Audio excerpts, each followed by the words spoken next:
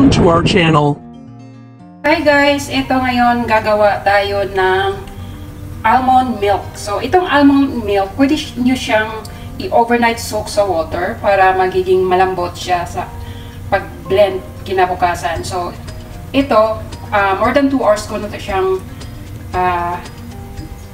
nilagyan ng water. So for sure, malambot konti na to. At saka pwede nyo siyang hugasan. Hugasan lang yung almond para kasi yung kulay niya, yung natural kulay niya para wala. At saka hindi magiging red yung milk niya. So, ganito. So, ito na siya. Malinis na siya tingnan. And then, for 1 cup of almond, you should put 3 cups of water. Okay? Para talaga ang standard ng almond milk. 1 cup of almond, raw almond, then with 3 cups of water, distilled water. So 3 in 1 siya. So see you later. I will show you the result of this almond milk.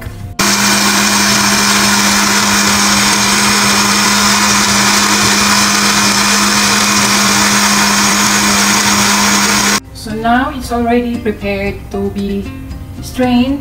Lagay natin dito. So, ganito lang siya guys. Parang ito yung lumang style ng pag-iipit ng giniling na almond. So, kung matagal man siya, kasi sobrang liit nito ng net na to.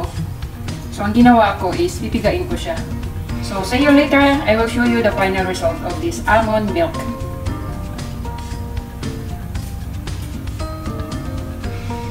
Ito guys, piniga ko na yung almond, tsaka ito lang yung nakuhang milk. Ito na yung katas ng almond na biniblend natin.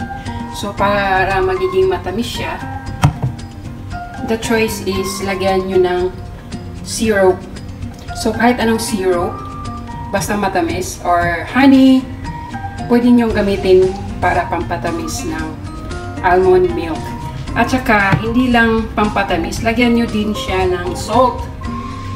Okay, salt, kahit anong salt na gusto nyo.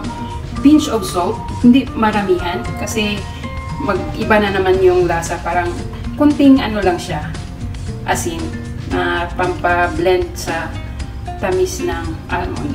Okay? Thank you for watching. See you on my next video. Ito na guys, ang final almond milk.